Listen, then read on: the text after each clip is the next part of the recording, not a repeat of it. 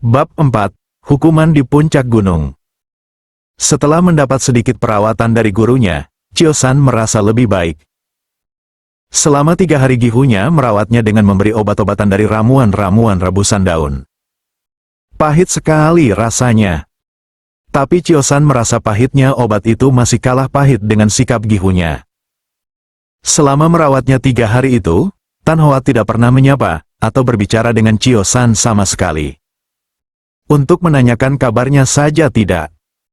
Tan Hoa cuma meraba nadi di pergelangan tangan Chio-san untuk mengetahui kondisi kesehatannya. Chio-san mencoba memecah kebuntuan dengan mengajak Gihunya berbicara, namun cuma dibalas dengan anggukan atau gelengan.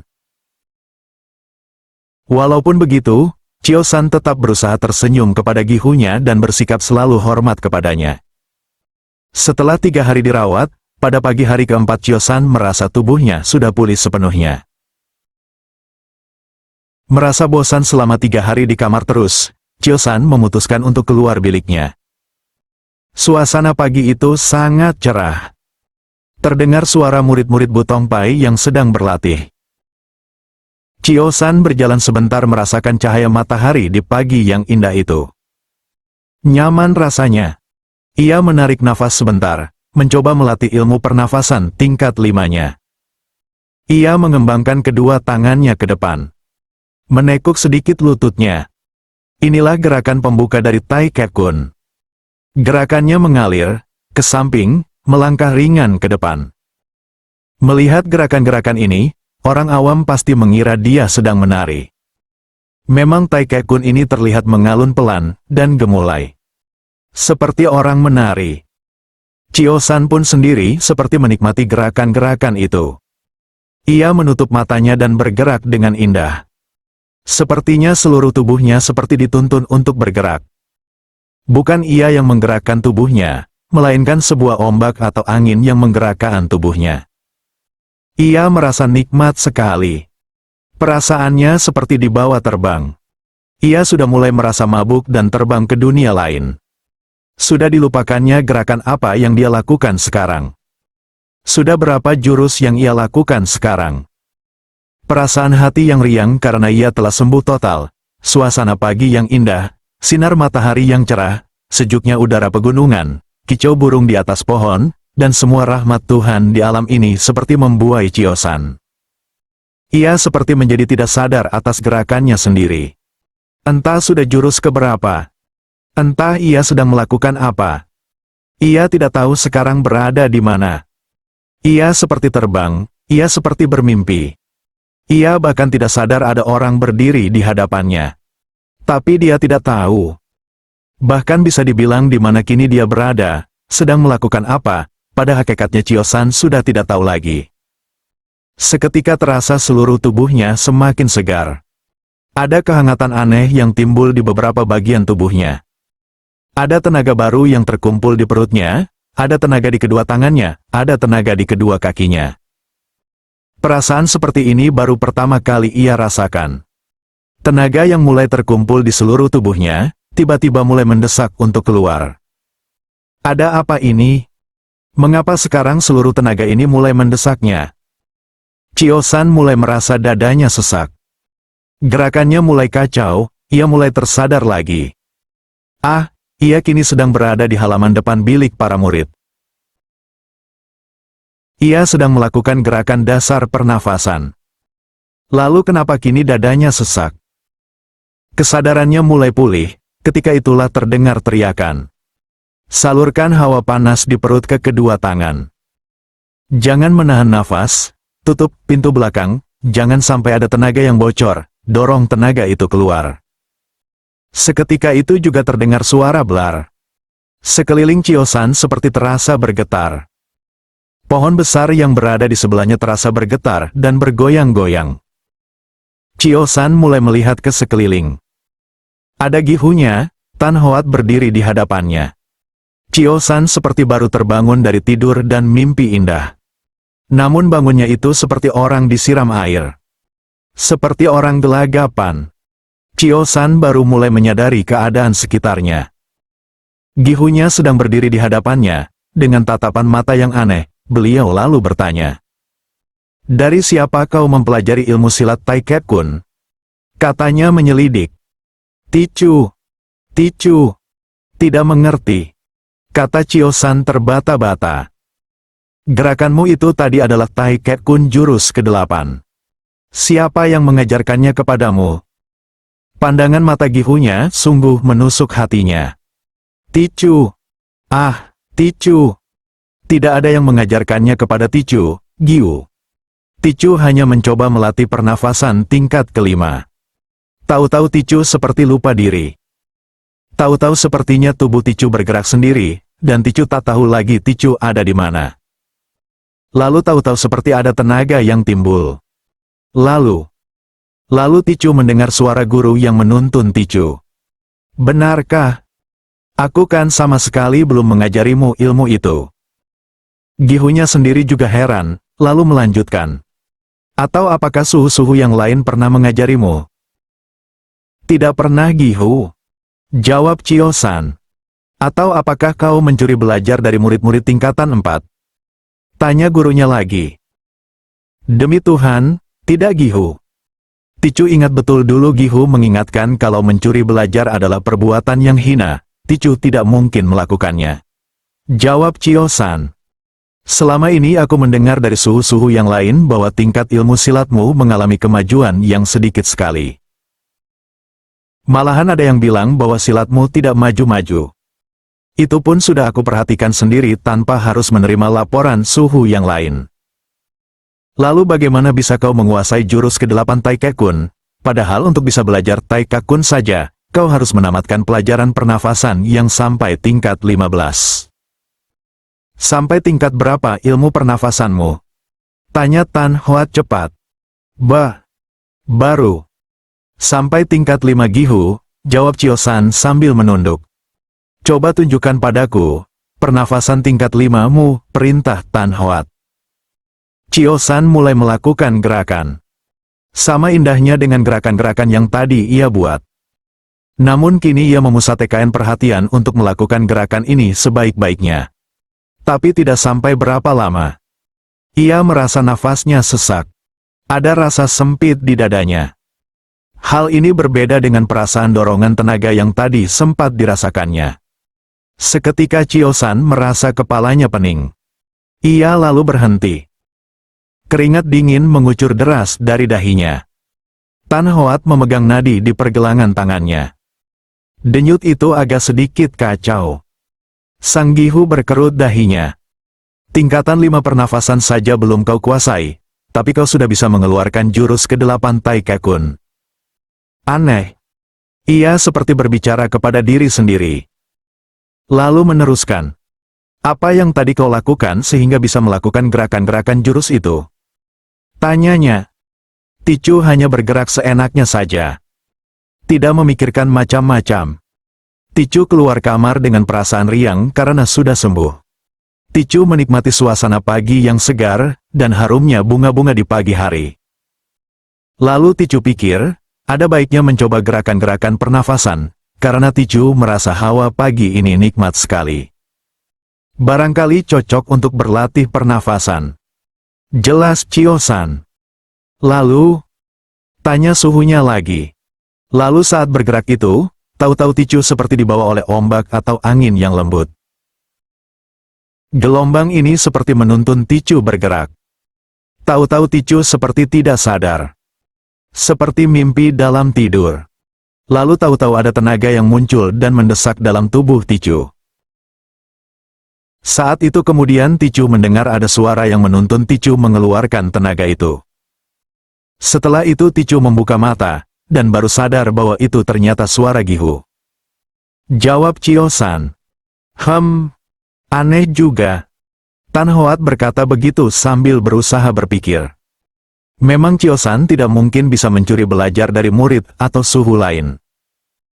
Karena tidak mungkin dia bisa menguasai jurus Tai Ket Kun tingkat pertama, sedangkan ia belum bisa menguasai seluruh tingkat 15 pernafasan. Padahal pernafasan itu adalah dasar dari ilmu Tai Ket Kun. Ini bahkan Chio-san sudah bisa memainkan jurus ke-8 Tai Ket Kun. Sudahlah, lanjutnya, Aku kesini memberitahukan kepadamu bahwa nanti siang engkau dipanggil menghadap Chiang Bunjin. Membahas kejadian kemarin. Baik Suhu. Ticu siap menghadap. Chio San tahu bahwa perbuatannya kemarin sangat memalukan. Seorang murid Butong menangis karena diserang oleh lawan. Itu adalah perbuatan yang sangat memalukan di dunia Kang Ou. Jika dunia luar tahu bahwa ada murid Butong yang seperti itu, tentu saja nama Butong akan jatuh. Hari ini kau tidak usah latihan dulu, karena kau baru sembuh dari lukamu. Pergilah kau ke dapur dan ambil sarapanmu. Baik Gihu, terima kasih. Chio San mengaturkan salam dan membungkuk. Saat ia selesai membungkus suhunya sudah tidak berada di hadapannya. Karena memang merasa lapar, Chio San menuju ke dapur umum. Seharusnya para murid Butong makan di ruang makan yang besar menyerupai aula. Namun ia memang bangun agak terlambat sehingga lewat waktu makan. Biasanya murid yang terlambat makan, harus menunggu waktu makan berikutnya. Tetapi kondisi Chio San yang baru sembuh dari luka ini merupakan pengecualian. Begitu di dapur, suasana sudah sepi. Tapi di bagian belakang memang masih ramai, karena ada beberapa murid yang kebagian tugas mencuci piring. Saat Chio San masuk, ia disapa oleh tukang masaknya. Ah, kau terlambat, tapi sudah kusediakan makanmu. Ambil saja di lemari kayu belakang. Di sebelah jendela besar itu. Katanya ramah seperti biasa. Chio San memang lumayan akrab dengan Aliang, si juru masak Butong. Mungkin karena Aliang sendiri memang tidak bisa silat, mereka jadi mempunyai kedekatan tersendiri.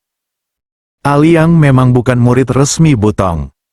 Ia adalah seorang juru masak yang bekerja di Butong. Ia tinggal di Butong sudah lama sekali. Puluhan tahun malah. Umurnya sekarang sudah lebih dari 70 tahun. Ah, terima kasih Liang Lopek, panggilan kepada orang yang sudah tua, kata Chio San ramah. Bagaimana lukamu? Sudah sembuh? Tanya Aliang. Sudah Lopek, berkat perawatan Tan Suhu, Ticu sudah segar bugar, Chio San menjawab sambil tersenyum. Ah, lain kali kalau berlatih hati-hatilah, jangan sampai terluka lagi. Ayo sana ambil makanmu. Kudengar perutmu sudah keroncongan begitu. Hahaha. Mereka berdua tertawa. Memang kalau dibanding dengan berlatih ilmu silat, sebenarnya Chio San lebih suka bercanda seperti ini. Sifatnya memang pria yang suka bercanda. Cocok juga dengan si tua Aliang yang memang suka tertawa juga. Selesai makan, Chio San membantu Aliang bersih-bersih dan menyiapkan makan siang. Pagi itu Chio San memang tidak ada kegiatan berlatih karena sudah disuruh beristirahat dulu oleh suhunya. Ia memutuskan untuk membantu Aliang. Sebenarnya Aliang juga mempunyai beberapa pembantu yang masih kecil-kecil, mungkin berumur 10-an tahun. Tapi daripada nganggur, ya lebih baik membantu Aliang saja, begitu pikir Chio San. Setelah beberapa lama bekerja memotong sayur, mengiris daging, dan menyiapkan bahan-bahan lain, Chio San pun diajak Aliang untuk memasak.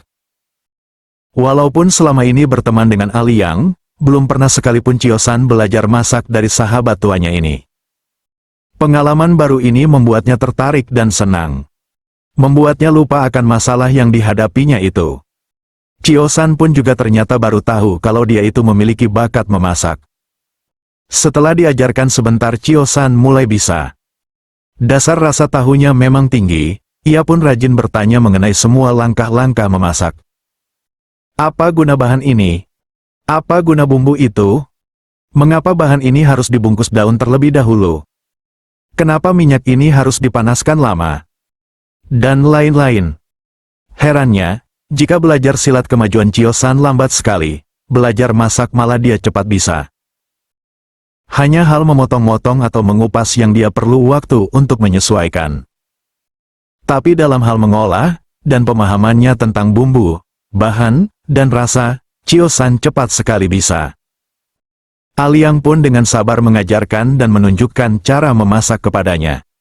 Dari pagi sampai hampir siang Chio San membantu Aliang memasak.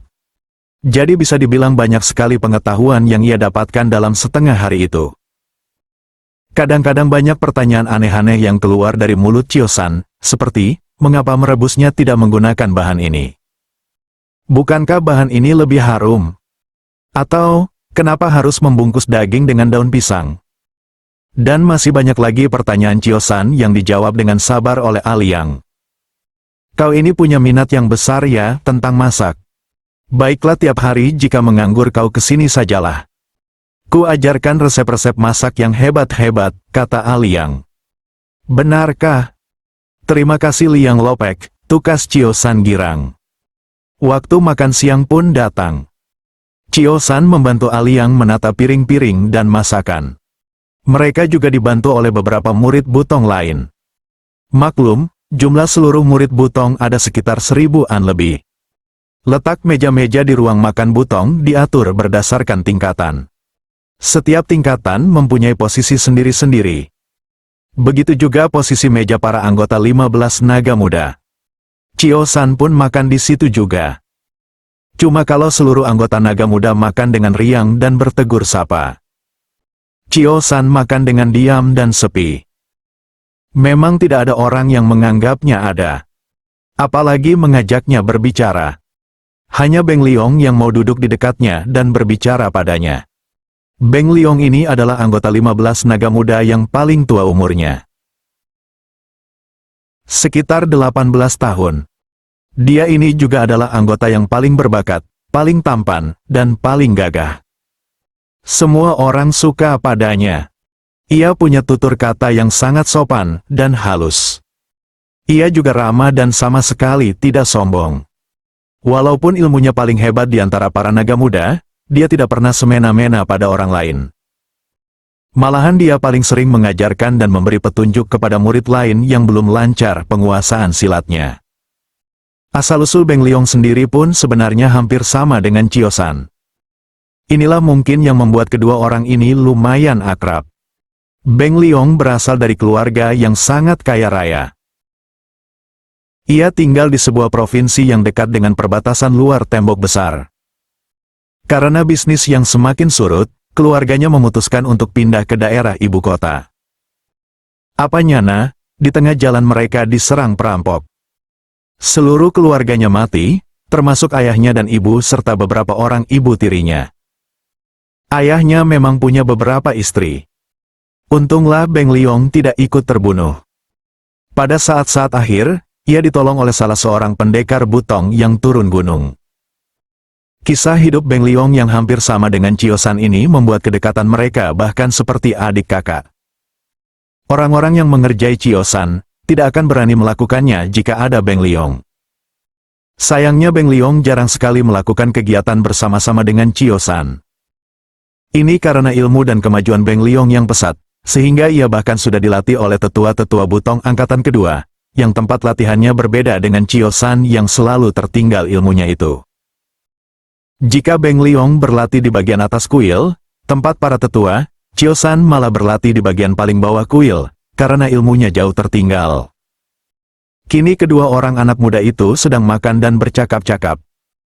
Chio-san, aku dengar, katanya kau sudah berhasil menguasai Tai Ke Kun jurus ke-8. Tanya Beng Liong. Ah tidak Liong Heng. Kakak Liong, hanya kebetulan saja, jawab Chio-san pelan. Bagaimana ceritanya itu? Tanya Beng Liong tertarik. Aku hanya iseng-iseng sekenanya bergerak melatih pernafasan tingkat 5. Tahu-tahu tubuhku bergerak sendiri dan ada tenaga yang timbul dalam tubuhku. Untung kemudian Tan Suhu datang dan memberi petunjuk. Kalau tidak, mungkin aku bisa terkena luka dalam karena terserang tenagaku sendiri. Apa benar? Kau beruntung sekali Sute, adik perguruan, tukas Beng Liong. Su Heng, kakak perguruan, dengar dari siapa cerita ini? Apakan dari Tan Suhu? Tanya Chio-san. Aku mendengar dari murid-murid lain. Kebetulan mereka melihat kejadian tadi pagi, jawab Beng Liong, lanjutnya lagi, sayang aku tidak melihat sendiri. Padahal menarik juga, mungkin aku bisa belajar banyak. Liong Heng ini suka bercanda, mana mungkin aku bisa mengajari Liong Heng. Harusnya Liong Heng lah yang mengajari aku. Ah, ilmu itu datang dari mana saja. Jiwa dan hati harus terbuka, baru bisa memahami ilmu silat yang sungguh dalam dan luas bagai samudera, kata Beng Liong. Iya Liong Heng, terima kasih petunjuknya. Chio San memang sangat menghormati kakak seperguruannya itu. Hei, ayo cepat kita habiskan makan kita, nanti aku terlambat berlatih. Hari ini aku harus bisa menguasai Tai Ket Kun jurus pertama. Seru Beng Liong. Ah, kakak sudah mulai belajar Tai Ket Kun. Hebat-hebat. Para naga muda yang lain saja baru belajar pernafasan tingkat 12. Chio San bertanya dengan kagum. Iya, syukurlah para guru mau sabar mengajariku. Hei ayo cepat makan, aku dengar kau nanti dipanggil oleh Chiang Bunjin. Iya. Chio San menjawab sambil menunduk. Aku sudah dengar cerita kemarin. Sabar saja.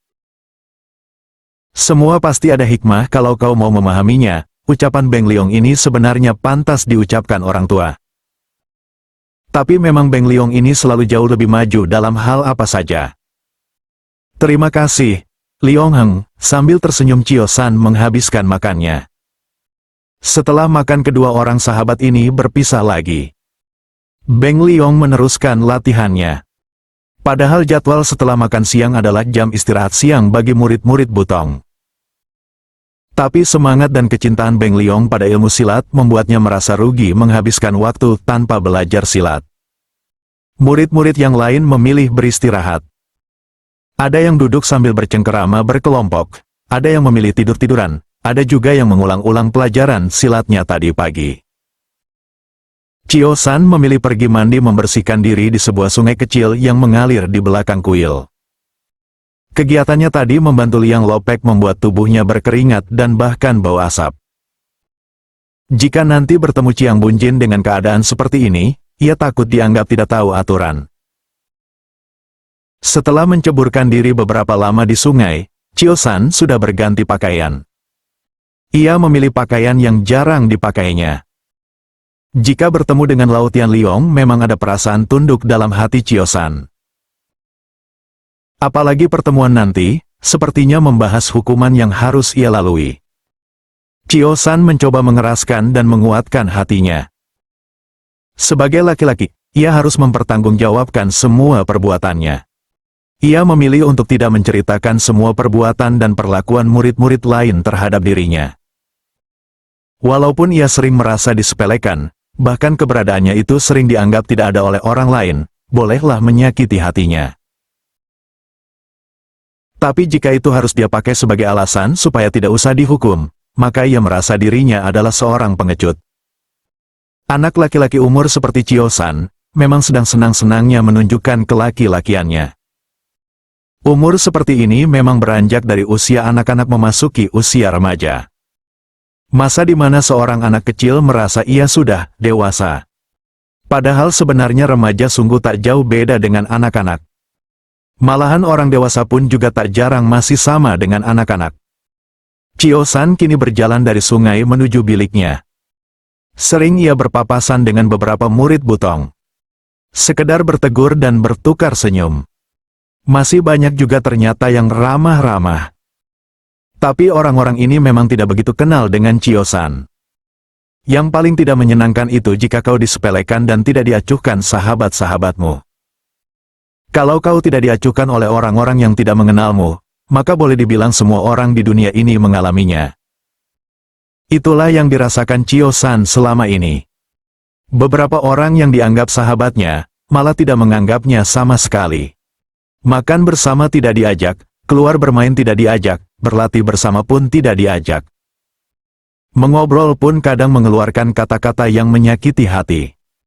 Bagusnya Chio San, ia tidak menyalahkan siapa-siapa kecuali dirinya sendiri. Memang dalam hati, sejak lama ia sudah ingin memperbaiki dirinya. Menunjukkan kepada orang-orang bahwa dia itu bukan anak bawang. Bukan pecundang yang hanya bisa ditertawakan. Mungkin inilah satu-satunya alasan Chio San ingin bertahan di sini. Membuktikan pada orang-orang bahwa dia bisa menjadi sesuatu. Berpikir seperti ini, membuat Chiosan semakin bersemangat. Ia kini sedang berada di biliknya. Berbaring terlentang di atas dipan dengan berbantalkan kedua telapak tangannya. Posisi seperti ini memang posisi kesukaannya. Tak berapa lama, terdengar suara. "Chiosan, ayo naik ke ruang ketua." Suara itu kecil saja. Tidak keras, namun terdengar jelas. Chiosan lekas bangkit dan keluar. Ia tidak melihat siapa-siapa di dekat situ. Tanpa menunggu lebih lama ia berlari mendaki tangga menuju ruang ketua. Ada jarak sekitar 100 tombak. Gihunya, Tan Hoa ternyata sudah menunggu di depan pintu ketua. Rupanya ilmu mengirimkan suara gurunya itu sudah sangat hebat, sehingga bisa mengirimkan suara dengan jelas dari jarak sebegitu jauhnya. "Ayo masuk." Chiang Bunjin sudah menunggu, kata Gihunya. Chiosan mengangguk. Ia lalu memberi salam kepada Gihunya itu. Lalu mengucap salam kepada Lao Chiang Bunjin. "Ticu, Chiosan." Anggota dari 15 naga muda memberi salam kepada Chiang Bunjin. "Semoga Tian, langit, selalu memberi kesehatan dan kebaikan," kata Chiosan dari luar pintu. Dari dalam, terdengar suara sang pangcu. "Masuklah, Chiosan." Begitu pintu dibuka, nampaklah ruang ketua itu. Tidak terlalu besar, tapi juga tidak terlalu sempit. Ruangan ini biasanya dipakai sebagai ruang tugas Chiang Bunjin. Tempat ia menerima tamu, atau memberi perintah. Intinya, ruang ini dipakai sebagai ruang resmi kepala Butongpai. "Ticu," Chiosan menghadap ketua. Sambil berkata begitu, Chiosan mengatup tangan di depan dada. Sambil tersenyum Lo Pangcu berkata, "Sudahlah, jangan terlalu banyak aturan." Chiosan mengangguk hormat. Ternyata di dalam ruangan ini, Lao Chiang Bunjin tidak sendirian. Ada 4 orang di sebelahnya. 2 di kiri, dan 2 di kanan. Keempat orang ini adalah penasehat utama ketua Butongpai. Mereka adalah dari angkatan kedua. Wajahnya mereka angker. Chiosan mengenal nama-nama orang ini. Kouleng, berdagu panjang, dengan jenggot yang semakin membuat wajahnya terlihat lebih panjang. Yohan, bertubuh tinggi besar, matanya selalu tertutup, dan bibirnya selalu berkomat kamit. Yoang, kakak dari Yohan tapi justru tubuhnya kecil. Tatapan matanya, Chiosan bahkan tidak berani melihat karena khawatir tertusuk. Oi Tangwan selalu tersenyum. Usia keempat ini sekitar awal 60 tahunan. Tapi seperti Lo Pangcu, wajah mereka terlihat lebih muda 10 atau 15 tahun. Ada rasa tergetar juga di hati Chiosan. Ia memang jarang bertemu orang-orang ini. Tapi kekosenan keempat orang ini memang sudah sering terdengar. Kabarnya ilmu keempat orang ini hanya 1 tingkat di bawah Lao Chiang Bunjin. Dalam hati Chiosan kagum jaga. Dari cahaya pancaran wajah mereka saja, bisa diukur kesaktian mereka. "Chiosan," kata Lao Chiang Bunjin, suaranya tenang sekali. "Ticu mendengar suhu," jawab Chiosan menghormat. "Kejadian beberapa hari yang lalu, sudah kudengar. Bahkan seluruh Butongpai ini sudah mendengar," lanjut Lao Chiang Bunjin. Chiosan menunduk khidmat. "Mengapa kau menangis saat kau diserang Apao?" tanya sang pangcu. Chiosan terdiam beberapa detik. Ia telah memikirkan jawaban atas pertanyaan ini sejak beberapa hari. Dan mantap ia menjawab. "Ticu tidak mempunyai alasan apa-apa suhu. Ticu siap bertanggung jawab dan menerima hukuman atas perbuatan Ticu itu, suhu. Benar kau tidak mempunyai alasan apapun. Apakah saat bertarung itu kau sedang dirundung masalah? Atau kau teringat ayah ibumu?" tanya Lao Pangcu lagi. "Sama sekali tidak suhu. Mungkin Ticu saja yang terlalu berhati lemah, sehingga terjadi kejadian seperti kemarin." "Para Totiang, tetua, ada pertanyaan kepada Chiosan," tanya Lao Chiang Bunjin kepada keempat orang penasehatnya. Yoang, yang bertubuh kecil dan bermata tajam membuka suara. Apakah kau takut diserang oleh Apao? Ternyata suaranya cempreng, cocok dengan badannya yang kecil. Chio-san jelas tidak takut. Tapi mau menjawab apa dia bingung. Akhirnya dia diam saja. Bagi sebagian orang, diam itu berarti, iya. Memalukan. Kata Yo-ang. Oi Tangwan, yang wajahnya selalu tersenyum, kini juga membuka suara. Chio-san, anakku, jika ada ganjalan di hati, bicarakanlah. Seorang laki-laki sejati tidak akan takut mengungkapkan apa yang ada dalam pikirannya.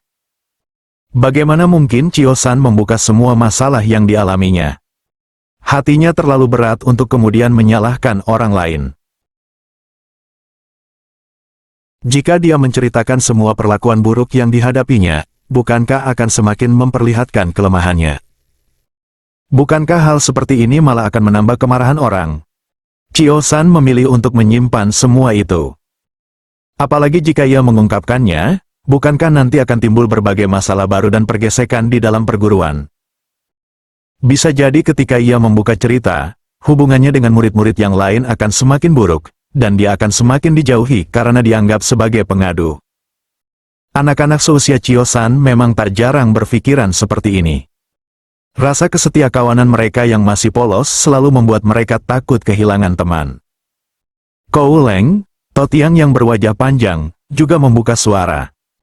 Kami sudah mendengar cerita dari Apao, bahwa dia mengajak kau berlatih ilmu totokan. Setelah bertanding beberapa lama, kau terdesak oleh serangannya dan mulai menangis. Apa benar? Tanyanya. Terdiam sebentar, Chio-san menjawab, benar Totiang. Itu suara Yo-ang. Kali ini Lao Chiang Bunjin yang membuka suara. Chio-san, apakah kau paham arti perbuatanmu itu? Tanyanya. Ticu paham sekali Suhu. Bahwa seorang laki-laki tidak pantas menangis di dalam pertarungan. Apalagi laki-laki itu mengaku sebagai murid Butong Pai. Perbuatan Ticu membuat malu seluruh anggota Butong Pai. Dan Ticu siap bertanggung jawab atas perbuatan Ticu. Bagus. Kau tahu hukuman apa yang harus kau hadapi? Tanya Lao Chiang Bunjin lagi. Setahu Ticu, hukuman paling ringan bagi ketidakdisiplinan di dalam peraturan Butong Pai adalah diasingkan ke atas pondok bambu di puncak tertinggi Butong San. Sedangkan hukuman terberat adalah dikeluarkan dari Butong Pai. Bagus jika kau tahu. Para Totiang, apakah menurut Totiang sekalian, Chio-san melakukan pelanggaran berat atau ringan? Berat. Tukas Yo-ang. Sedangkan para Totiang lain masih diam dan berpikir. Oi Tangwan berkata, menurut saya, kejadian itu memang pelanggaran berat. Tapi kita bisa memberi hukuman yang lebih mendidik kepada Chio-san. Saya melihat masih ada kebaikan dalam diri Chio-san. Kebaikan macam apa? Sahut Yo-ang, ilmu silatnya saja tidak maju-maju. Padahal dia itu anggota 15 naga muda. Menjadi murid, biasa, Butong Pai saja ia sudah tidak pantas. Apalagi masuk dalam kelompok unggulan seperti 15 naga muda. Suara cemprengnya seperti menusuk tulang. Oi Tangwan masih tersenyum, sambil manggut-manggut ia berkata. Bukankah dalam Butong Pai, tidak hanya melulu belajar silat? Penguasaan sastra dan ilmu pengobatan juga sangat penting. Menurut saya bakat sastra Chio-san sangat besar. Toh kita dulu sepakat memasukkannya dalam kelompok naga muda berdasarkan pertimbangan bakat sastranya. Yo-ang yang manggut-manggut kali ini. Walaupun kedua orang ini sering silang pendapat. Tapi mereka sangat legawa dalam menghormati pendapat yang dianggap benar. Tan Hoat, guru pengawas dari Chio-san mohon izin untuk mengutarakan pendapat, terdengar suara Tan Hoat dari luar pintu. Masuk saja Tan Hoat, jawab Lao Chiang Bunjin. Setelah masuk dan memberi hormat, Tan Hoat berkata, mohon maaf karena Ticu berani lancang dalam urusan ini.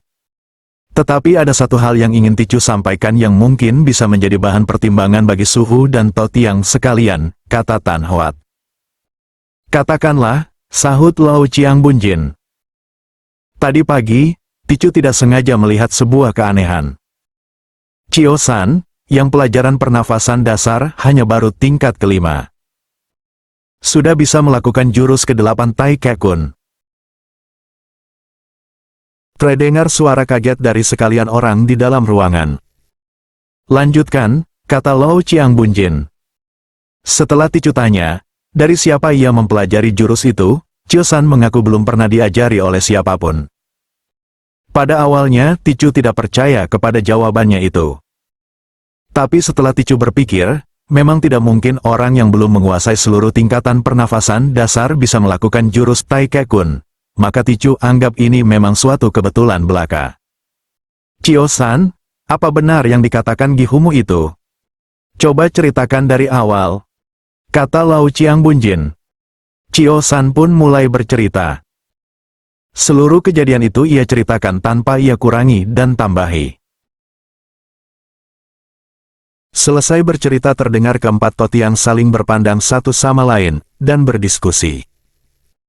Terdengar perbedaan pendapat, dan pada akhirnya Lau Chiang Bunjin lah yang berkata.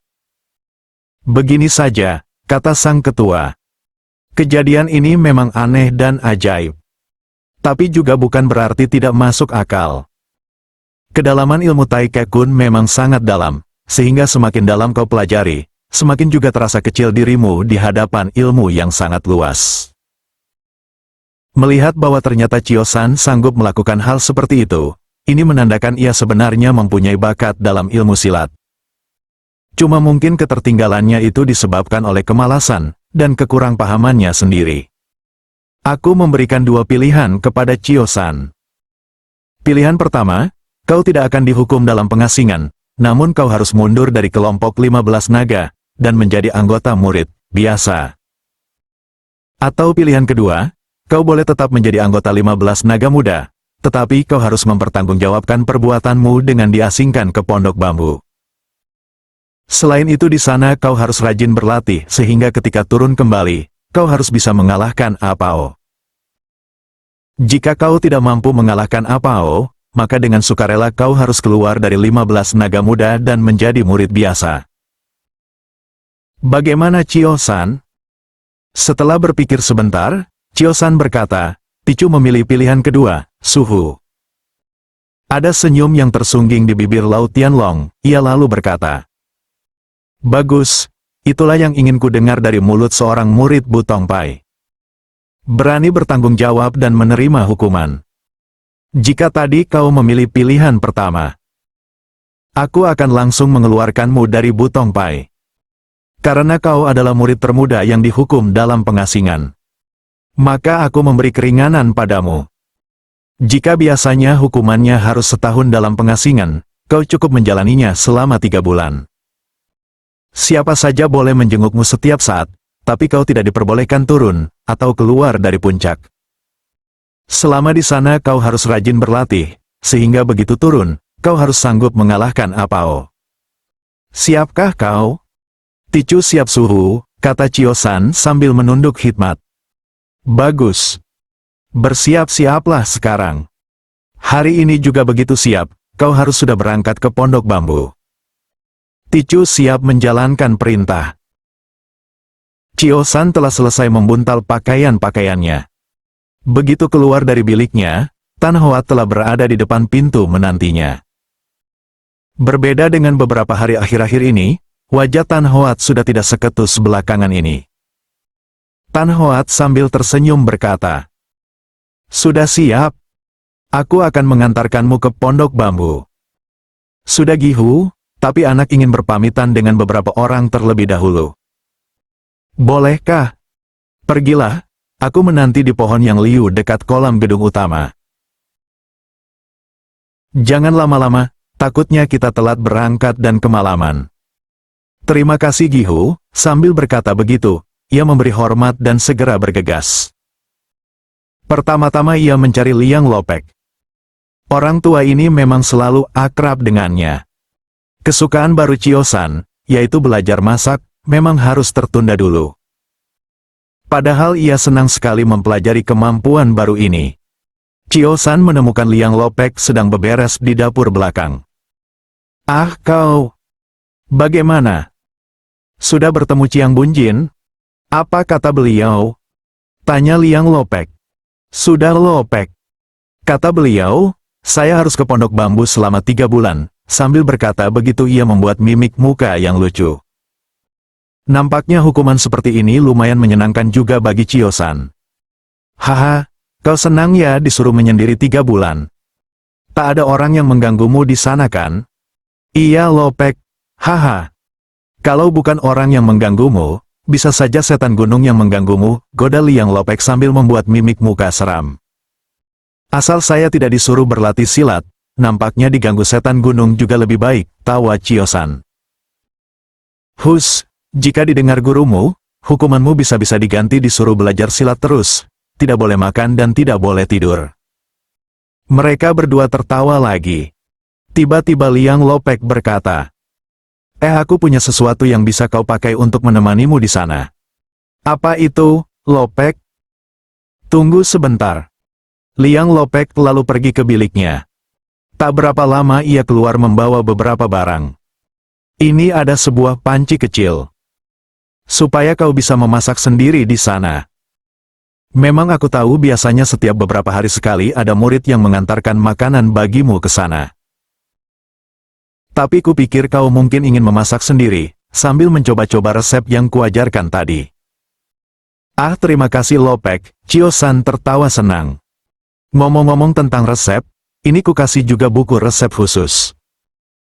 Di dalamnya selain ada resep-resep masakan kuno, juga ada penjelasan tentang bahan-bahan dan tanaman-tanaman khusus. Terima kasih Lopek. Saya pasti mempelajari buku itu. Nah ini yang terakhir, ku bawakan juga sebuah hymn, sejenis kecapi, kecil untuk menemanimu bernyanyi dengan setan gunung. Hahaha.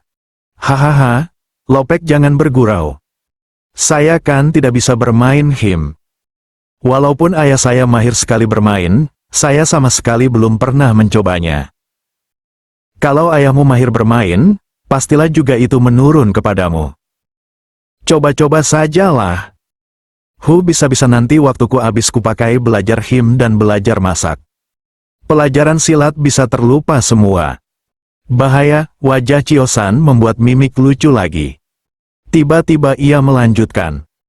Aha, saya tahu. Lopek sengaja memberikanku barang-barang ini, supaya saya sama sekali tidak belajar silat kan? Supaya jika saya kalah dengan Apao, saya dipindahkan ke bagian dapur dan jadi anak buah Lopek. Hahaha. Mereka berdua tertawa berbarengan. Ada rasa hangat yang timbul di hati mereka saat bergurau. Memang tidak ada perasaan yang lebih menyenangkan selain berkumpul bersama temanmu, dan bergurau bersama. Rasanya seperti semua beban dalam hatimu terlupakan untuk beberapa saat. Kau cepatlah berangkat, nanti kemalaman di jalan. Aku akan sering-sering mengunjungimu jika diizinkan oleh gurumu. Kata guru, siapapun boleh mengunjungi saya di atas sana. Tapi saya yang tidak boleh meninggalkan tempat itu. Baguslah. Kalau ada waktu senggang aku akan sering-sering naik ke sana. Kau jaga diri baik-baik ya. Belajar masak yang rajin, biar nanti kalau aku ke sana, kau yang memasak untukku. Baik Lopek, terima kasih. Mohon doa restu agar saya berhasil. Baik-baik. Chio-san memberi hormat dengan membungkus serendah mungkin. Ada perasaan haru dalam hati Liang Lopek ketika menerima penghormatan seperti itu. Selama ini, tidak ada murid Butongpai yang memberi hormat seperti itu kepadanya. Hanya Chio-san yang memperlakukannya seperti guru. Itulah kenapa ia sangat menyukai anak kecil yang polos ini. Setelah memberi salam, Chio-san bergegas pergi. Tidak ada wajah ketakutan di dalam hatinya. Mungkin karena ia tidak tahu bagaimana keadaan puncak tertinggi Butongsan yang sebenarnya. Chio-san pergi dengan riang tanpa rasa berat di hatinya. Memandangi punggung anak kecil yang bersemangat itu, Liang Lopek membatin dalam hati. Mudah-mudahan Butongpai menjadi lebih jaya karena anak ini. Setelah dari tempat Liang Lopek, Chio-san menuju ke ruang latihan utama, tempat biasanya para 15 naga muda berlatih. Karena saat ini memang masih jam istirahat, ruangan itu masih sepi. Namun sesuai dugaan Chio-san, masih ada satu orang yang berlatih di sana. Siapa lagi kalau bukan Beng Liong? Remaja tampan dan gagah ini memang tidak pernah melewatkan waktu tanpa berlatih silat. Ia bersilat sendirian, memainkan jurus-jurus dasar Butong Pai. Namun gerakannya terlihat mantap dan lincah. Peluh mengalir di sekujur tubuhnya yang bertelanjang dada. Di umur yang baru sekitar 18-an tahun, tubuh Beng Liong terlihat tegap dan gagah. Melihat keseriusan Beng Liong dalam berlatih, Chio-san sungkan mengganggunya. Ia hanya berdiri di belakang Beng Liong. Melihat gerakan-gerakan silatnya, memang sungguh hebat sekali. Pantas saja kalau Beng Liong dianggap sebagai 15 naga muda yang paling berbakat. Merasa ada orang di belakangnya, Beng Liong menyelesaikan gerakannya. Ia berbalik lalu tersenyum kepada Chio-san. "Hei kau datang Sante, adik San. Iya Liong Heng, aku ingin berpamitan kepadamu." "Memangnya kau mau kemana, Sante?" "Aku disuruh tinggal sebentar di pondok bambu. Selama 3 bulan. Beng Liong sudah mengerti bahwa maksudnya tinggal sebentar adalah dihukum. "Wah, kau harus tabah ya Sante. Semoga di sana kau lebih tenang dalam belajar silat. Kalau ada waktu luang aku ingin pergi ke sana. Kata orang pemandangan di sana indah. Kita juga bisa berlatih silat bersama-sama." "Terima kasih Liong Heng. Doakan semoga sutemu ini berhasil ya." Keduanya lalu bersalaman dan Chio-san pun bergegas pergi. Beng Liong pun menatap punggung yang sedang bergegas itu.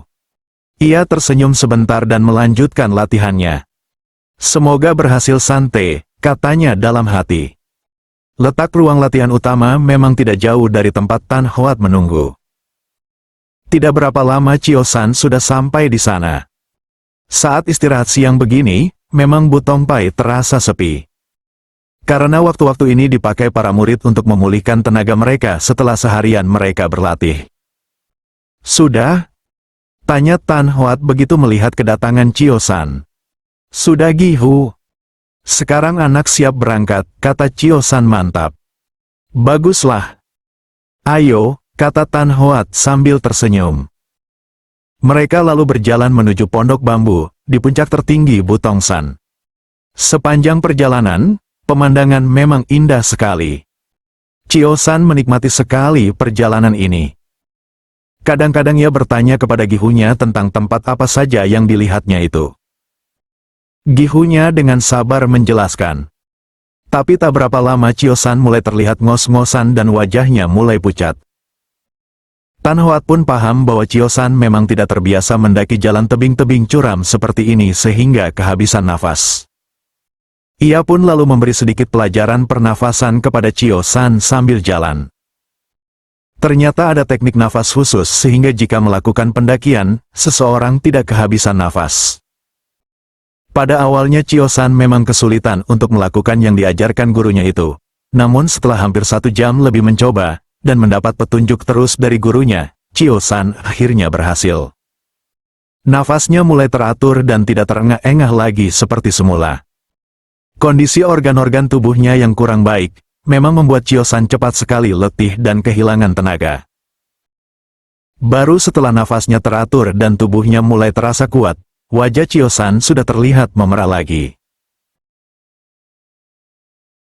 Keringatnya pun mengalir deras.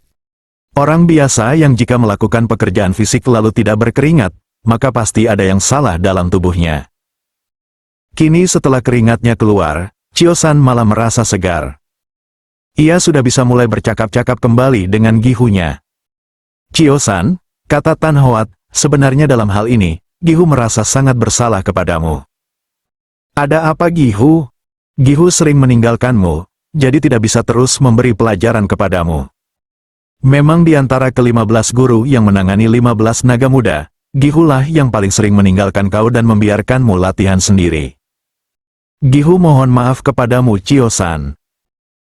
"Gihu jangan meminta maaf, semua ini adalah kesalahan anak karena memang tidak memiliki bakat dalam silat. Anak juga malas belajar. Tapi sudah menjadi tanggung jawab Gihumu ini untuk mendidikmu. Tapi aku malah memarahimu saat kau menghadapi masalah seperti ini. Padahal sudah salahku bahwa aku jarang sekali mendampingimu. Bagaimana mungkin anak menyalahkan Gihu? Bukankah kepergian Gihu karena menjalankan tugas perguruan? Tan Hoat hanya tersenyum. Memang Chiosan ini pintar sekali berbicara. Gihu, sebenarnya tugas apakah yang Gihu jalankan? Sejauh yang anak perhatikan, hanya Gihu seorang yang sering sekali naik turun gunung. Sedangkan murid-murid Butongpai yang lain semuanya dipusatkan berada di Butongsan. Sebenarnya Gihu tidak boleh menceritakan ini kepadamu, tapi sebagai bentuk penyesalan Gihu terhadapmu. Gihu akan bercerita sedikit saja. Tan Hoat bercerita bahwa ia ditugaskan oleh Lao Chiang Bunjin untuk menyelidiki keberadaan kitab silat terhebat Tang ditulis oleh Tatmo. Kitab ini sangat hebat, karena ditulis langsung oleh pencipta ilmu silat, yaitu Sang Tatmo sendiri. Keberadaan kitab itu sangat misterius, dan hanya beberapa orang saja yang tahu keberadaan kitab itu. Bahkan Tai Su Tio Sam Hong saja tidak tahu keberadaan kitab itu. Ditakutkan, jika keberadaan kitab itu tersebar luas, akan terjadi malapetaka besar yang timbul karena setiap orang dalam Bulim akan memperebutkan kitab itu. Lalu jika Gihu menemukan kitab itu, apa yang akan Gihu lakukan? Tan Hoat tersenyum mendengar pertanyaan bagus yang keluar dari muridnya itu. 3 perguruan terbesar yaitu, Xiao Lim Pai, Butong Pai, dan Gobi Pai, sepakat untuk bersatu dan melindungi kitab itu. Jika ketiga partai sudah bersatu, maka siapakah lagi yang berani melawan kita? Tapi bukankah jika partai-partai kecil bersatu, jumlah mereka pun akan menyamai jumlah 3 partai besar ini, Guru? Partai-partai kecil pun sudah kita dekati dan kita beri pengertian untuk menjaga keutuhan dunia Kang Ou. Memang pasti ada perebutan besar, maka itulah ketiga partai besar sekarang sudah bersiap-siap menyatukan kekuatan, jika sewaktu-waktu kitab itu ditemukan, dan terjadi perebutan besar. Wah, berarti akan ada perang besar lagi. Chiosan berkata sambil menggeleng-geleng. Kenapa kau mengelang, Chiosan? Anak hanya heran, mengapa orang mau begitu berkorban untuk menjadi ahli silat? Padahal kalau dia menjadi ahli silat, hidupnya hanya dihabiskan untuk berkelahi. Kau harus paham bahwa di dunia ini orang punya kesenangan bermacam-macam.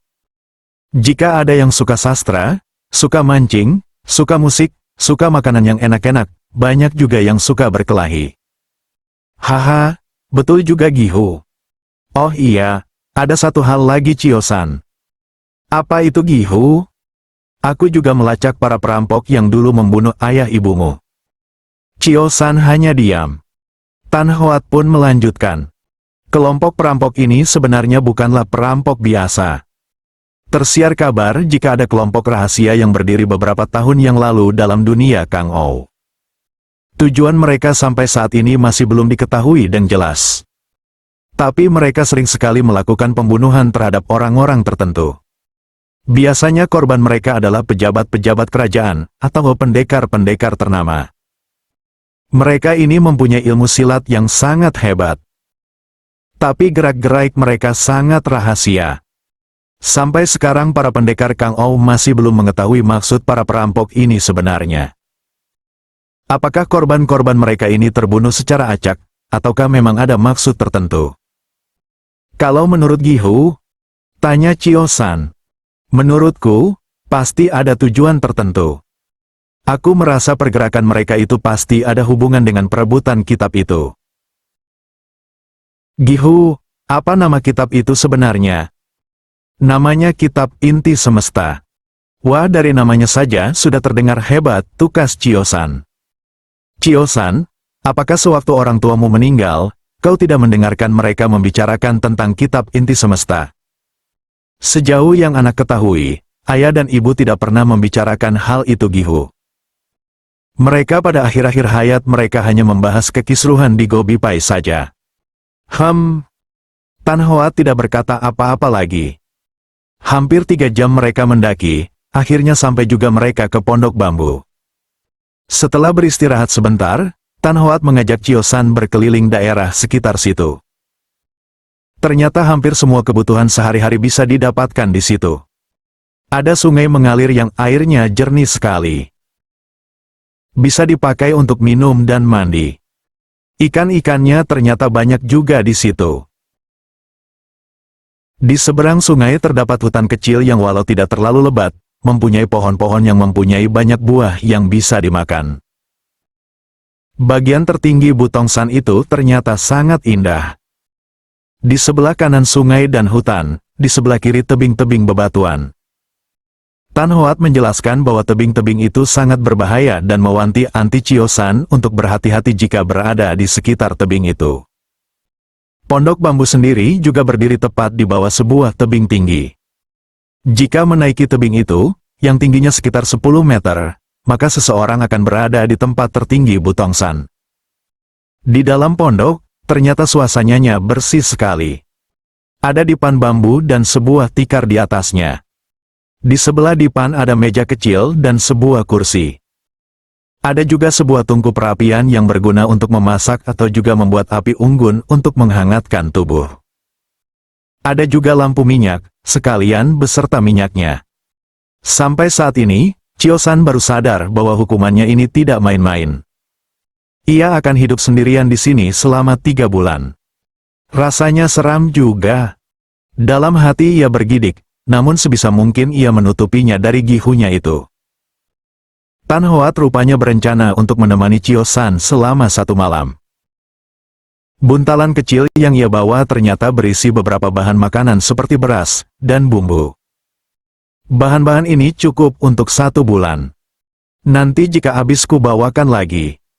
Chio-san lalu mengucapkan terima kasih kepada gihunya itu. Setelah malam tiba mereka lalu menyalakan lampu minyak. Suasana di situ walaupun hening, ternyata tidak begitu menyeramkan bagi Chio-san. Mungkin karena ia sekarang ditemani oleh Tan Hoat.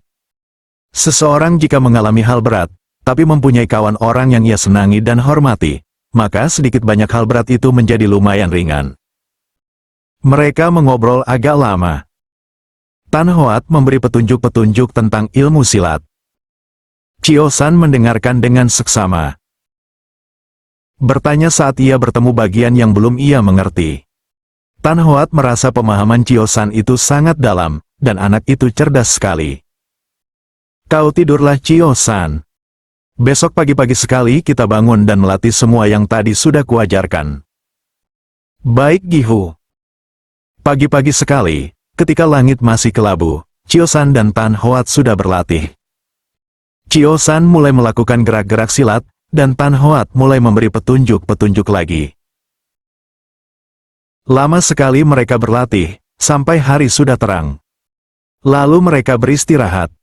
Chio-san, mengapa kau susah sekali melakukan seperti yang kuperintahkan? Bukankah semalam kau sudah paham? Anak sudah paham Gihu, Ticu juga sudah coba melakukan seperti yang Gihu perintahkan, tapi entah kenapa hasilnya tidak seperti yang Gihu harapkan. Apakah mungkin karena organ-organ tubuhmu itu yang tidak bekerja sempurna? Sayang sekali, padahal kecerdasanmu luar biasa, dan kau cepat paham. Tan Hoat hanya termangu-mangu. Mungkin Ticu memang dilahirkan tidak dengan bakat silat Gihu. Hanya itu yang bisa keluar dari mulut Tan Hoat. Matanya seperti menerawang. Ia mengelus-elus kepala Chio-san, sambil berkata, kau bersabarlah. Jikalau memang kau tidak mempunyai bakat silat, kau mempunyai bakat kecerdasan yang besar. Kau bisa belajar ilmu pengobatan Butong Pai dan sastra. Aku memang terlambat memahami dan menerima kenyataan ini. Tapi untuk sekarang, kau hadapilah dulu hukumanmu ini. Kuatkan hatimu Chio-san. Ada Gihu yang menyayangi Ticu, rasanya anak berani menghadapi apa saja Gihu. Setelah beristirahat, mereka berdua lalu mandi di sungai. Sambil mandi mereka menangkap ikan. Ternyata ikannya besar-besar. Ada 2 ekor yang mereka tangkap. Setelah mandi, mereka menanak nasi dan ikan itu kemudian mereka bakar dan santap. Di dunia ini tidak ada yang bisa mengalahkan nikmatnya makan di alam terbuka bersama orang-orang yang kau sayangi. Chio-san, sekarang aku harus turun. Mungkin dalam 1-2 hari, aku harus turun Butongsan pula. Tugas penyelidikan sudah harus mulai lagi. Mudah-mudahan tidak lama lagi, kita bisa dapat bikin terang masalah kelompok perampok ini. Setelah memberi sedikit pesan dan petunjuk, Tan Hoat lalu bergegas turun. Chio San sangat merasa berat, namun ia menahan diri untuk tidak menangis. Air mata mengambang di pelupuk matanya. Entah kenapa ia memang mudah menangis. Hatinya memang lembut. Tapi dia bukan orang yang cengeng, ia hanya orang yang mudah terharu. Berkali-kali ia mengalami kejadian yang menyedihkan. Kehilangan orang tua, kehilangan kakek dan seluruh keluarganya. Namun ia selalu berusaha menahan kesedihan hatinya. Tapi mata memang tidak bisa berbohong. Sering sekali matanya itu berair. Jangankan terhadap hal-hal besar, terhadap hal-hal kecil saja ia sering terharu. Setelah sendirian seperti ini, Chio San mulai melamun. Ia melamunkan banyak hal. Kejadian ia kehilangan kedua orang tua, dan seluruh keluarga besarnya. Perlakuan buruk kawan seperguruannya, dan juga hukuman di atas gunung ini. Ia berpikir, penderitaannya malah mungkin tidak hanya dimulai saat ia kehilangan orang tua. Penderitaannya bahkan sudah dimulai sejak ia lahir. Ia lahir dengan usia kandungan yang kurang dari 9 bulan. Organ-organ tubuhnya bekerja tidak sempurna. Jantungnya lemah, paru-parunya lemah, hampir semua organ tubuhnya lemah. Sejak kecil ia sering sakit-sakitan. Kalau bukan karena ibunya yang menguasai ilmu pengobatan Gobi Pai, belum tentu ia bisa bertahan hidup sampai sekarang. Selain memberi pengobatan ramuan dan tusuk jarum, ibunya pun masih sering menyalurkan tenaga dalam kepadanya. Bahkan dulu ia sempat mempelajari ilmu pernafasan Gobi Pai untuk membantu kerja paru-paru dan jantungnya. Aliran darahnya mengalir tidak normal. Kadang-kadang malah sakit kepala hebat sering menyerangnya. Singkat kata, hampir semua rasa sakit yang ada di dunia ini pernah dialami Chio San. Untungnya memang ibunya selalu berada di dekatnya dan mengobatinya terus-menerus. Beberapa tahun ini, setelah kedua orang tuanya meninggal, tidak ada lagi yang mengobati Chio San. Ketika sakit kepala, atau sesak nafas menyerangnya, ia menyembunyikannya rapat-rapat. Itulah kenapa ia tidak bisa dengan sempurna menggunakan ilmu silatnya. Beberapa petinggi Butongpai bukan tidak mengerti tentang keadaan tubuh Chio San. Mereka pun berusaha untuk menyembuhkannya. Tapi ilmu pengobatan Butongpai yang hebat itu, sama sekali tidak menurun kepada murid-murid dan petinggi Butongpai yang sekarang. Keasyikan mempelajari ilmu silat, membuat mereka sedikit menganaktirikan ilmu pengobatan yang sebenarnya sangat penting itu. Mungkin kitab-kitab pengobatan peninggalan Tio Sam Hong masih tersimpan, namun tidak ada seorang pun yang tertarik mendalaminya lagi. Keadaan Butongpai setelah ditinggal mati oleh banyak murid-murid berbakat, dan juga ditinggal Tio Sam Hong, membuat Butongpai benar-benar lemah saat ini. Itulah mereka sekarang mengutamakan berlatih ilmu silat dengan sungguh-sungguh. Keadaan ini tentu saja menyulitkan Chio San, yang pada awalnya masuk Butongpai untuk mempelajari sastra dan juga ilmu pengobatan. Karena guru-guru Butongpai sekarang memiliki kemampuan sastra yang sangat mengecewakan. Bahkan bisa dibilang Chio San lebih mengerti sastra daripada guru-guru itu sendiri. Ayahnya yang memang ahli sastra kenamaan, sudah mengajarkan banyak sekali huruf-huruf kuno kepada Chio San.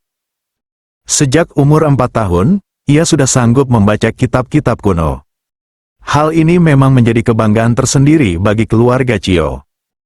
Sejak dari zaman leluhur keluarga Chio, mereka memang terkenal sebagai ahli-ahli sastra yang hebat-hebat. Kemenangan mengusir penjajah Goan dulu, sebenarnya tidak terlepas dari pengetahuan sastra keluarga Chio ini. Chio Hong Lim, kakek Chio San, bisa menjadi ahli strategi dari tentara pembebas, karena ia paham kitab-kitab kuno. Ia mempelajari strategi-strategi perang zaman dulu, dan menerapkannya pada saat perang dulu.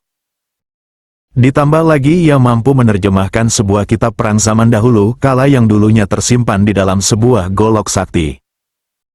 Kitab perang kuno itulah yang membuat perjuangan itu berhasil, dan membawa Kaisar Beng pertama mendirikan kekaisarannya.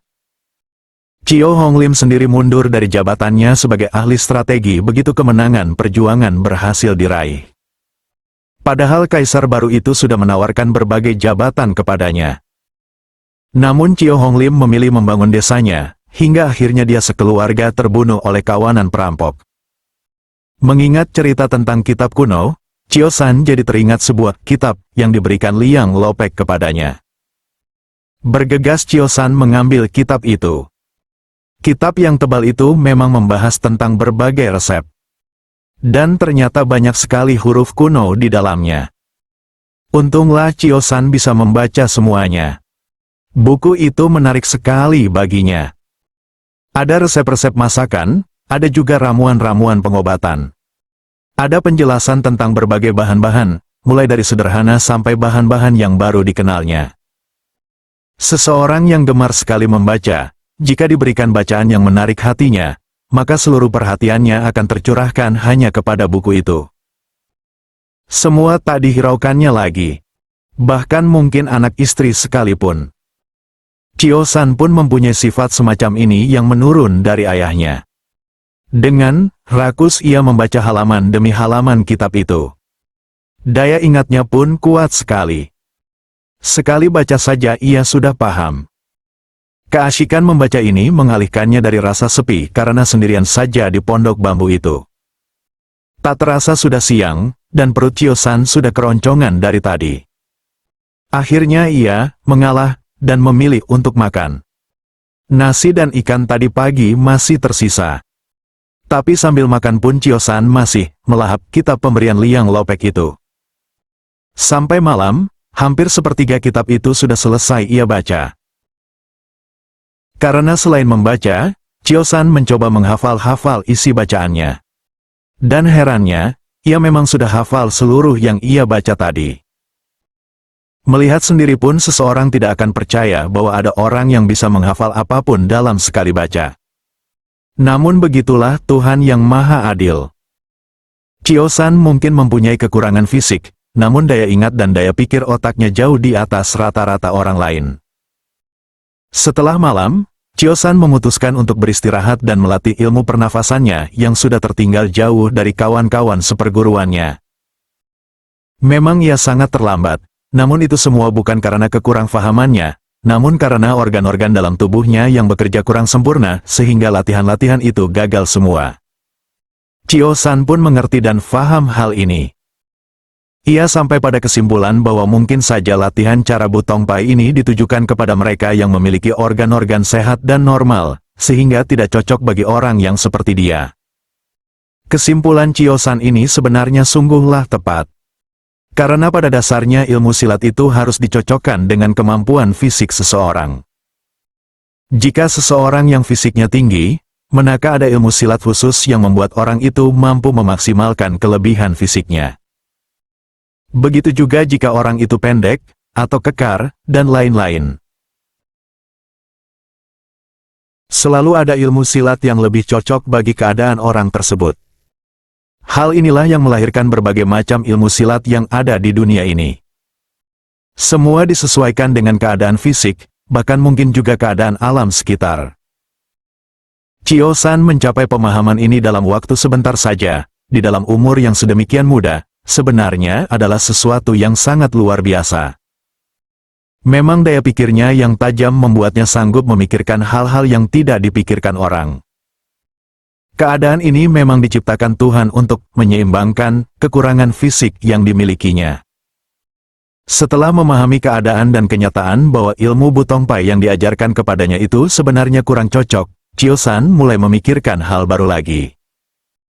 Yaitu bagaimana cara agar ilmu itu menjadi cocok baginya.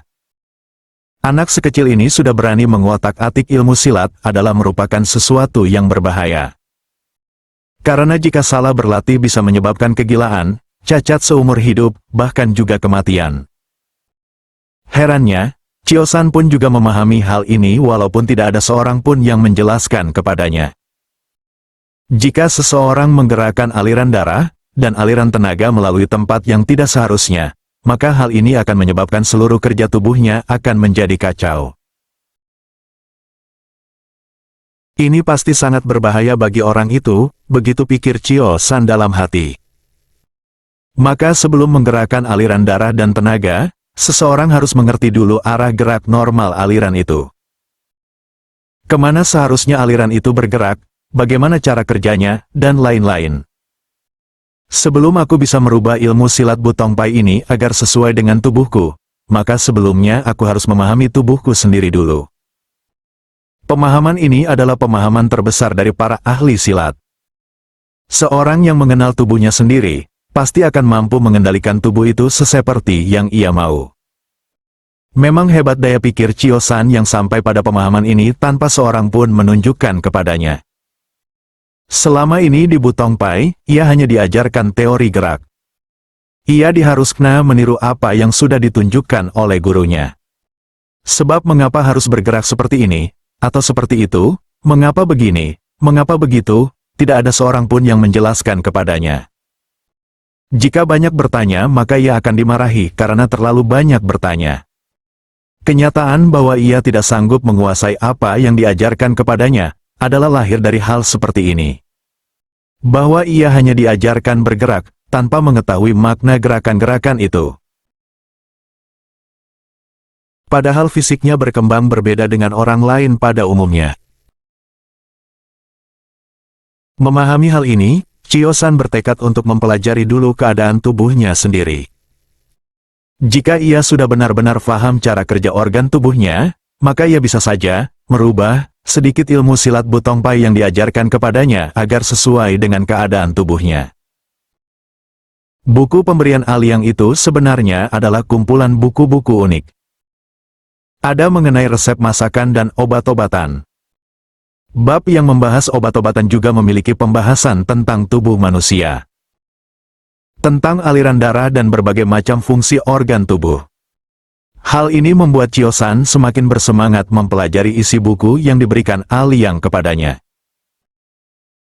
Karena ternyata di dalamnya berisi pengetahuan tentang tubuh manusia juga.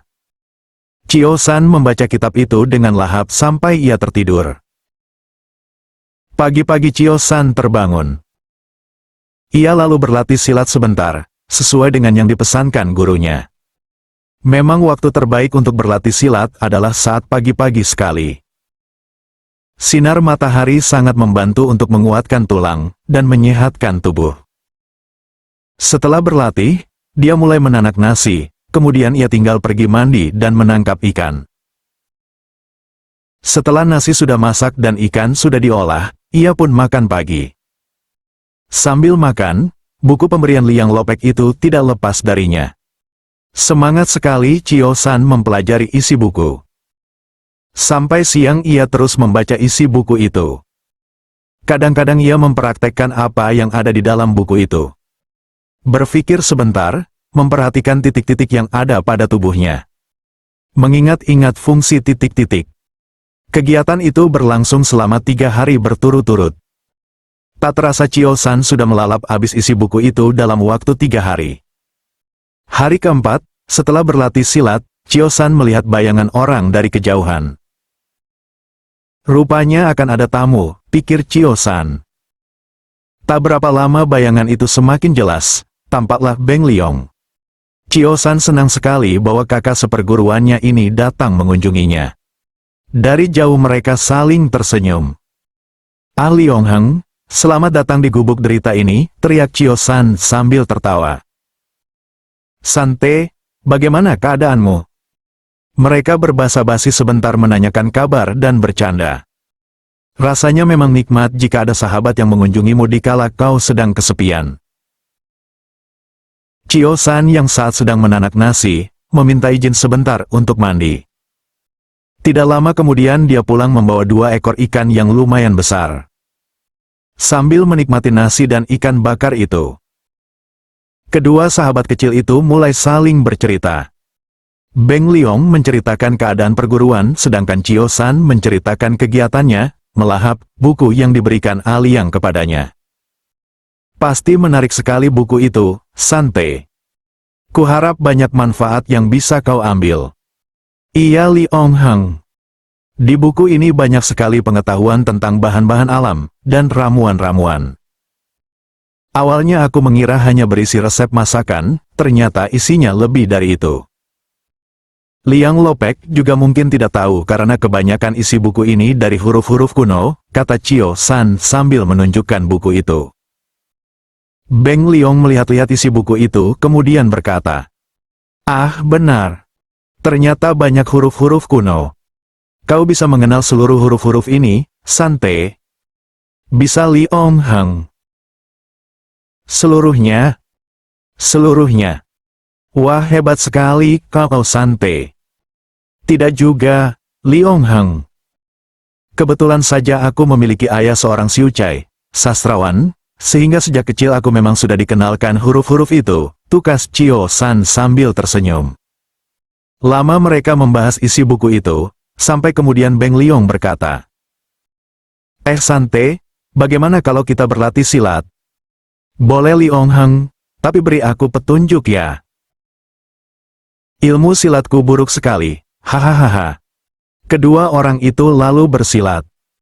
Terlihat sekali bahwa memang Beng Liong sangat berbakat dalam ilmu silat. Gerakannya lincah dan mantap. Serangannya bertenaga, dan cepat sekali. Tidak percuma dia dianggap sebagai murid Bu Tongpai yang paling berbakat. Chio San jelas kelabakan dalam menghadap serangan-serangan Beng Liong. Untunglah Beng Liong sendiri menahan diri sehingga tidak mendesak Chio San. Sambil bersilat, kadang-kadang Beng Liong memberikan petunjuk-petunjuk tentang serangan dan tipuan-tipuan. Cukup lama mereka bersilat, sampai kemudian Chio San mulai terlihat terengah-engah. Mengetahui kondisi ini Beng Liong mulai melemahkan serangan-serangannya, sehingga lama-lama mereka sepakat untuk berhenti silat. "Kau hebat sekali, Liong Heng. Baru 3-4 hari kita berpisah, kemajuannya sudah pesat sekali." "Benarkah?" "Benar Liong Ko. Serangan-seranganmu bertambah cepat. Bukankah tadi kau memainkan jurus-jurus yang baru saja kau latih 3 hari yang lalu?" "Iya." "Bagaimana kau bisa tahu?" "Oh, aku ingat. Saat aku melatih jurus-jurus itu, kamu datang untuk berpamitan ya?" "Benar Liong Heng." "Hehe." Mereka lalu beristirahat. "Sante, gerakmu tadi kurang cepat, sehingga gerakan-gerakanmu tadi mudah dibaca. Cobalah untuk berlatih meningkatkan kecepatan seranganmu." "Baik Liong Heng, terima kasih atas petunjuknya. Jangan lupa jurus-jurus itu harus kau hafal luar kepala. Sehingga ketika bersilat, kau bisa langsung menggunakannya dengan bebas. Jika kau menghafal seluruh jurus-jurusnya, perubahan serangan macam apapun dari lawan kita, bisa dihadapi dengan mudah." Ilmu silat Bu Tongpai memang hebat sekali. Jurus-jurus dasarnya saja sudah bisa menghadapi serangan-serangan dahsyat ilmu lawan. "Benarkah Liong Heng?" "Benar Sante. Makanya kau jangan malas berlatih. Jika kita semua rajin berlatih, aku yakin nama Bu Tongpai akan semakin gagah di mata orang-orang Kang Ou." "Baik Liong Heng," kata Chio San tersenyum. Setelah beristirahat beberapa lama, Beng Liong pamit karena waktu istirahat sudah akan habis. Mereka berpisah, dan Beng Liong berjanji untuk sering mengunjungi Chio San. Begitu menuruni gunung, terlihat gerakan Beng Liong sangat lincah dan cepat sekali. "Wah, Liong Heng ternyata semakin hebat saja, rupanya ia sudah mulai mempelajari ilmu meringankan tubuh Bu Tongpai," kata Chio San dalam hati. Hari berganti hari, Chio San terus berlatih silat Bu Tongpai. Namun sambil berlatih silat, otaknya terus-menerus mengingat-ingat tulisan yang ia pelajari dari dalam buku. Pada awalnya nafas terengah-engah dan ia cepat merasa capai. Tapi ia terus memaksakan diri. Sedikit demi sedikit rasa terengah-engah itu hilang, bahkan terasa ada kekuatan baru yang muncul perlahan-lahan. Chio San tidak pernah menyangka bahwa saat ia berlatih silat sambil mengingat-ingat tulisan di dalam buku itu, sebenarnya ia telah berhasil menggabungkan ilmu silat Bu Tongpai dan pengetahuan tentang tubuh manusia. Saat ilmu Bu Tongpai mengajarkannya untuk menyalurkan energi ke kaki, ia mulai merasa terengah-engah. Tapi saat ia teringat bahwa jantungnya lemah, maka ia malah mengalirkan tenaga itu ke jantung, bukan ke kaki. Karena di dalam buku, untuk menguatkan jantung, ia harus menyalurkan energi, ke dalamnya. Ini adalah hal yang sangat berbahaya jika tidak dilakukan dengan hati-hati. Namun entah kenapa ilmu silat Butongpai itu sangat cocok dengan teori yang diciptakan sendiri oleh Chiosan. Sebagian besar ini mungkin karena keberuntungan belaka, karena Chiosan sama sekali paham tentang ilmu silat. Tetapi sebagian besar juga dikarenakan daya pikir serta keberaniannya untuk mencoba hal yang baru. Secara tidak langsung, sebenarnya Chiosan sedang menciptakan perubahan-perubahan di dalam ilmu Butongpai. Ini terjadi dari hari ke hari setiap kali ia berlatih ilmu silat. Jika ia merasa terengah-engah atau capai, cepat-cepat ia merubah gerakan atau penyaluran energi ke tempat-tempat di mana ia pikir sesuai dengan kebutuhan tubuhnya. Dalam beberapa hari saja ilmu Chiosan sudah maju sangat-sangat pesat. Suatu hari ketika ia sedang makan siang, ia melihat ada bayangan lagi. Kali ini ia mengenalnya dari kejauhan. Itu pasti Liang Lopek. Akhirnya ia datang juga, ujarnya sambil tersenyum. Hoi, Chiosan, Liang berteriak dari jauh. Bagaimana kabarmu? Hahaha. Liang Lopek, apa kabar? Kata Chiosan sambil memberi salam. Hei, buat apa kau banyak aturan seperti ini? Pakai salam Butongpai segala. Aku kan bukan murid Butongpai. Haha, Liang Lopek memang bukan murid Butongpai. Tapi Liang Lopek adalah tetua Butongpai. Wah, gila kau. Jika didengar 4 tetua Butongpai, kau pasti dihajar mereka. Hahaha. Senang rasanya di saat sepi ada sahabat yang datang menemani. Karena kedua orang ini memang sudah seperti sahabat. Padahal umur mereka berdua sudah seperti kakek dan cucu. Rupanya Liang membawa juga makanan dari dapur sehingga mereka berdua duduk menikmati makanan sambil bercerita. Lama sekali mereka bercerita. Chiosan menceritakan kegiatannya sehari-hari di atas gunung selama hampir sebulan ini. Sedangkan Liang menceritakan keadaan perguruan. Ngomong-ngomong, sudah kau baca belum buku yang kuberikan? Tanya Liang. Sudah Lopek. Sudah saya tamatkan. Hei, sudah tamat? Memangnya kau bisa membaca huruf-huruf aneh di buku itu? Bisa Lopek. Bukankah dulu saya sempat cerita kalau mendiang ayah pernah mengajarkan huruf-huruf kuno kepada saya? Masak sih? Aku lupa. Lanjutnya, coba kau ceritakan apa saja isinya. Mungkin saja aku jadi lebih mahir memasak. Hahaha. Buku itu selain resep masakan, banyak sekali resep obat-obatan, dan juga pengetahuan tentang obat-obatan. Sambil berkata begitu Chiosan bangkit dari duduknya dan pergi mengambil buku itu di dalam gubuknya. Coba kau ceritakan padaku tentang isinya, pinta Liang. Chiosan lalu menceritakan banyak sekali resep-resep masakan yang unik. Buku itu memang selain berisi tulisan aksara Tionggoan juga memuat huruf-huruf asing. Sehingga memang Liang tidak pernah menguasai isinya. Sebenarnya ini huruf apa sih? Apa memang huruf kuno Tionggoan? Sebenarnya ini huruf gabungan Tionggoan dan huruf dari daerah barat. Zaman dulu dari sebuah negeri barat ada agama baru yang dibawa oleh seorang nabi. Setelah nabi itu wafat, pengikutnya lalu menyebarkan agama itu ke seluruh dunia. Kehidupan pemeluk agama itu sangat maju. Mereka menciptakan ilmu-ilmu baru, seperti ilmu berhitung, ilmu sastra, ilmu perbintangan, dan lain-lain. Mereka juga menciptakan ilmu silat yang sangat hebat. Mereka selain menyebarkan agama, juga menyebarkan ilmu-ilmu ciptaan mereka itu. Jelas Chiosan. Kau seperti seorang guru saja. Haha. Tapi aku pernah mendengar cerita itu. Jadi menurutmu apakah huruf-huruf di buku ini adalah huruf-huruf dalam aksara mereka? Bukan Lopek. Ini adalah huruf gabungan aksara Tionggoan dan aksara kaum barat itu. Kaum barat itu adalah kaum yang hidup di gurun pasir, dan sangat menyukai sastra. Mereka juga adalah pengelana. Mereka berkelana menyebarkan agama baru itu sampai ke Tionggoan. Mereka lalu tinggal menetap dan berbaur dengan penduduk asli kita. Bahkan mereka menganggap diri mereka sebagai orang Tionggoan. Sehingga mereka pun menggabungkan aksara Tionggoan dengan aksara asli daerah asal mereka. Maka terciptalah aksara yang ada di buku ini. Dari mana kau tahu? Dari mendiang ayah. Beliau yang bercerita kepada saya, lanjutnya, kata ayah, ilmu mereka tinggi sekali. Bahkan ketinggian ilmu mereka itu sulit diukur.